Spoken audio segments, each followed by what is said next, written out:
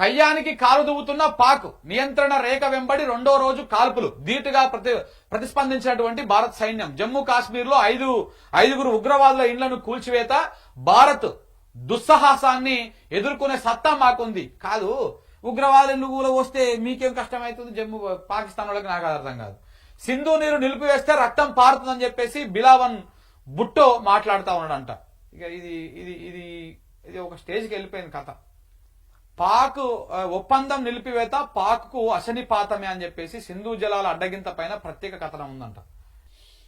ACB వలలో 100 కోట్ల తిమింగలం అక్రమార్జన అభియోగాలపైన కాళేశ్వరం ఈఎన్సీ హరిరామ్ అరెస్టు. రాష్ట్రంలోని 14 ప్రాంతాల్లో సోదాలు. బయటపడిన బండారం. ప్రాథమిక దర్యాప్తులో 100 కోట్లకు పైగా ఆస్తులు. అమరావతిలో వాణిజ్య స్థలాలు, హైదరాబాద్ శివార్లో స్థిరాస్తులు, పలు ఇరిగేషన్ ప్రాజెక్టుల నిర్మాణంలో ఆయనది కీలక పాత్ర. నేను నిన్న ఒక ట్వీట్ కూడా వేసిన, మీకు గుర్తుకుండవచ్చు.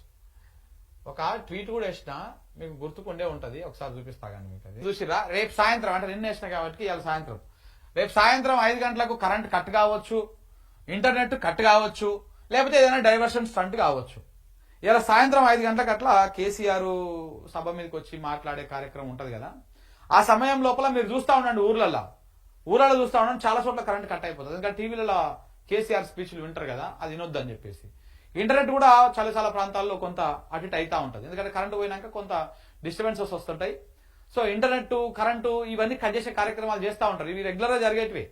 ఎందుకంటే ఉద్యమ సమయంలో ఉమ్మడి పాలనలో తెలంగాణ నాయకులు మాట్లాడుతున్నప్పుడే సభల మీదనైనా తెలంగాణ కోసం, తెలంగాణ ఎందుకు రావాలనో మాట్లాడుతున్నప్పుడు ఈ కరెంటు పోవుడు, ఈ ఇంటర్నెట్ చక్కగా రాకపోవుడు, టీవీలు పనిచేయకపోవుడు, ఇవన్నీ మనం చూడలే.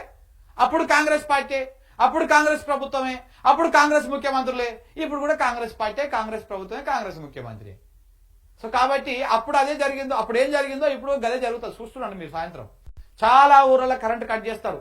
ఊర్లల్లో, ఎందుకంటే సిటీలు అనుకో ఫోన్లు చేసి దమ్ చేస్తారు, జనాలు ఊకోరు. ప్లస్ అది ట్విట్టర్లలో అల్లలో పెడతారు. కానీ వీళ్ళు మాత్రము ఊర్లలో కట్ చేస్తారు. చూడండి మీరు చాలా చోట్ల. ఎందుకంటే సభకు ఓలైనటువంటి వాళ్ళు, ముసలి మూక ఇంట్లో ఉన్నటువంటి వాళ్ళు చూస్తారు కదా. చూస్తే అది కనపడకూడదు, అది కేసీఆర్ స్పీచ్ వినకూడదు అన్నట్టుగా చేసే కార్యక్రమాలు చేస్తారు. మీరు ఒకవేళ మీ ఊర్లలో కరెంట్ పోతే ఈ కింద నెంబర్ ఉంటుంది, నాది, నా పర్సనల్ నెంబర్ అది. ఆ నెంబర్కి వీడియోలు తీసి పెట్టండి సాయంత్రం. మనం కూడా ప్రపంచాన్ని చూపిద్దాం ఏమైతుంది అనేది. సో ఇట్లా కరెంటు పోవచ్చు, ఇది పోవచ్చు అన్నటువంటిది. ఎందుకంటే మనం ఉద్యమ సమయంలో చూసినాం కాబట్టి నాకు డౌట్ కొట్టింది, అందుకే పెట్టినా. లేకపోతే ఏదైనా డైవర్షన్ స్టంట్ జరగవచ్చు, చెప్పలేం.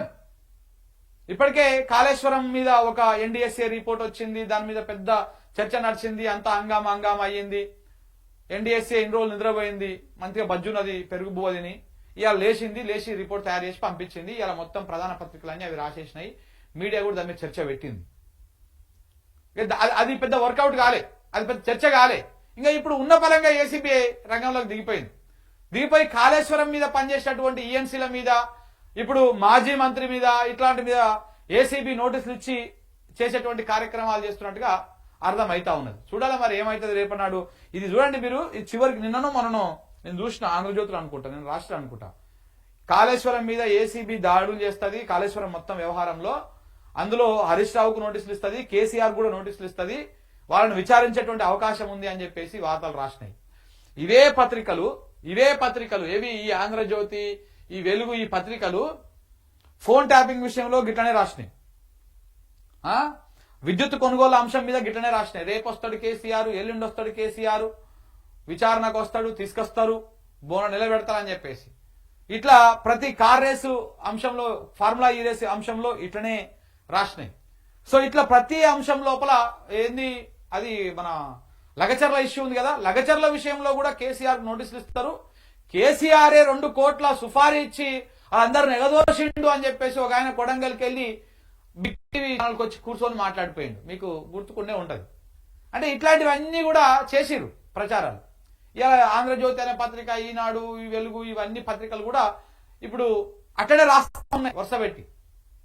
అంటే మళ్ళీ ఇది ఇంకొక స్టంట్ అనమాట. ఇది ఇంకొక స్టంట్ కాళేశ్వరం మీద.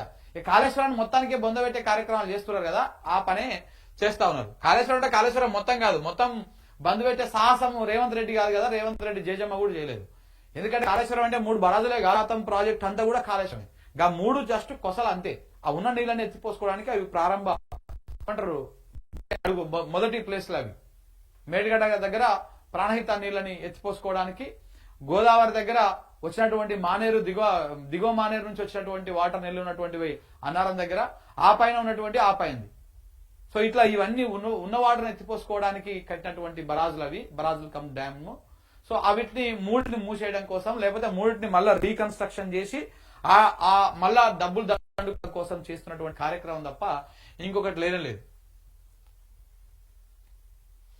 ఇంకా చూడండి అన్నిట్లో రాశారు. కాళేశ్వరం ఈఎన్సీ కల్లు చెదిరే ఆస్తి, 14 చోట్ల ఏసీబీ సోదాలు జరిగినాయి. మర్కూర్లో 28 ఎకరాల వ్యవసాయ భూమి, బొమ్మల రామారంలో 6 ఎకరాల మామిడి తోట, హైదరాబాద్ లో విల్లాలు, ప్లాట్లు, ఇండ్లు, స్థలాలు, ఏపీ రాజధాని అమరావతిలో వాణిజ్య స్థలము, బూక్యా అరెస్టు, ఒక ఎస్టీ బిడ్డ. జ్యుడిషియల్ రిమాండ్ కూడా ఇచ్చేసారంట. కాళేశ్వరం నిర్మాణంలో ఈఎన్సీది కీలక పాత్ర, ఆయన ఆధ్వర్యంలో 48,665 కోట్ల రూపాయల పనులు జరిగినాయని చెప్పేసి రాశారు. చెప్తున్నాం కదా, ఇది తీసుకొస్తారు మళ్ళా కేసీఆర్ దాకా తీసుకొస్తారు దీన్ని. ఈ కథ కాళేశ్వరం ఈఎన్సీ హరిరామ్ పై అక్రమాస్తుల కేసు అదుపులో తీసుకున్న ఏసీబీ, విజిలెన్స్, ఎన్డీఎస్సీ నివేదికల ఆధారంగా రంగంలోకి. హరిరామ్ ఆయన బంధువుల ఇండ్లలో సోదాలు, విల్లాలు, ఫ్లాట్లు, వ్యవసాయ భూములు ఉన్నట్టుగా గుర్తింపు. ఇవాళ కూడా తనిఖీ కొనసాగేటువంటి అవకాశం ఉంది. హరిరామ్ భార్య అతని అనిత కూడా ఇరిగేషన్ శాఖలో డిప్యూటీ ఈఎన్సీగా పనిచేసిందంట. షురు డైవర్షన్ స్టంట్లు, డైవర్షన్ పాలిటిక్స్ మళ్ళా షురు అయిన చూడండి. నెల రోజులు ఇదే ఉంటుంది ముచ్చట. దీని మీదే మాట్లాడుతూ ఉంటారు, ప్రెస్ మీట్ పెడతారు ఇవాళ రేపట్లో. చూడండి మీరు.